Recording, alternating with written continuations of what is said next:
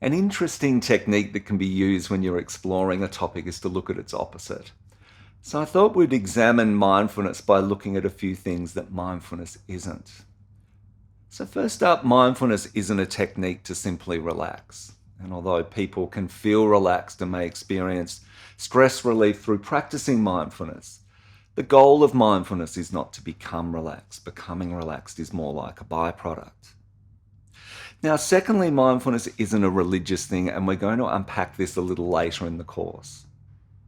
Now, some people also believe that mindfulness and meditation are ways to control or change our thoughts.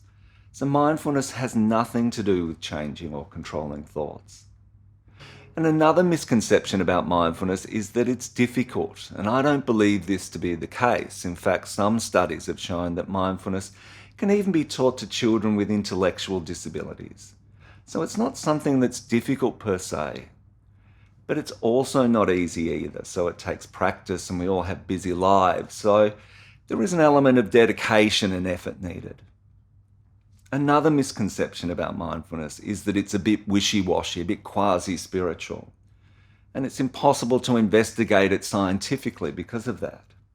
So let's look now at an interesting Harvard study into mindfulness. And on the screen we can see two images of a brain taken using a functional MRI machine. The highlighted part of each brain is the amygdala, and this is best known as our fight or flight response center. On the left, you can see the activation of the amygdala is stronger, and this shows a non-meditator viewing images or pictures with high emotional content.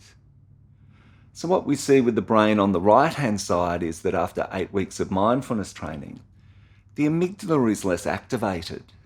So it's showing that the brain is processing this high emotional content differently. So let's look now at the roots of mindfulness. In the ancient Indian language Pali, which is a classical language of Buddhism, the word sati, if you translate it, pretty much refers to mindfulness. So it certainly does have some connections to Buddhism. But there's also evidence of mindfulness in ancient Christianity and other religions. So the contemporary view is that mindfulness is actually a secular contemplative practice and doesn't pertain to any particular religion. In fact, it's present in all of them. And this is a great opportunity to introduce Jon Kabit-Zinn. He's an American professor of medicine and almost single-handedly brought mindfulness into Western medicine and society in the late 70s and 80s. And one of the first things he did was detach all religious aspects from mindfulness. And he stressed that mindfulness was about attention training. So Western psychology deals easily with the concept of attention. So in this way, mindfulness could be more easily integrated into the language of Western society. And then he developed the mindfulness-based stress reduction program, which is still widely used today in numerous settings. So let's move on now and have a look at the definition of mindfulness according to Jon Kabit-Zinn.